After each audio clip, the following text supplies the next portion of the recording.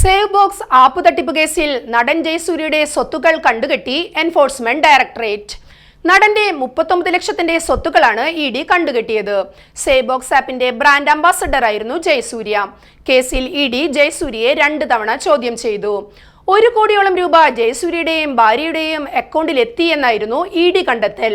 Brand അംബാസഡറായി Jayasurya പ്രതിഫലം കൈപ്പറ്റിയതിന്റെ വിശദാംശങ്ങൾ തേടി നടന്റെ കൂടുതൽ അക്കൗണ്ടുകളിലേക്ക് ഇ ഡി അന്വേഷണം നടത്തും.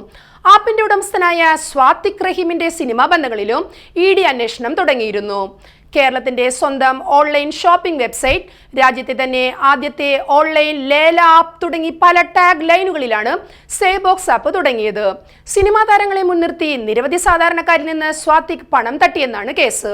മാസം 25 ലക്ഷം രൂപ വരെ ലാഭം വാഗ്ദാനം ചെയ്താണ് സ്വാതിക് റഹീം നിക്ഷേപങ്ങൾ സ്വീകരിച്ചിരുന്നത്. 100-ലധികം പേരിൽ നിന്ന് ഇത്തരത്തിൽ ലക്ഷങ്ങൾ നിക്ഷേപമായി സ്വീകരിച്ചിട്ടുണ്ടെന്നായിരുന്നു റിപ്പോർട്ട്. എന്നാൽ ലാഭവിഹിതമോ മുടക്കിയ പണമോ ലഭിക്കാതെ വന്നതോടെയാണ് പരാതികൾ ഉയർന്നത്. സ്വാതിക് റഹീമിന്റെ തട്ടിപ്പ് സംബന്ധിച്ച് മെട്രോ പോസ്റ്റ് നേരത്തെ തന്നെ റിപ്പോർട്ട് ചെയ്തിരുന്നു.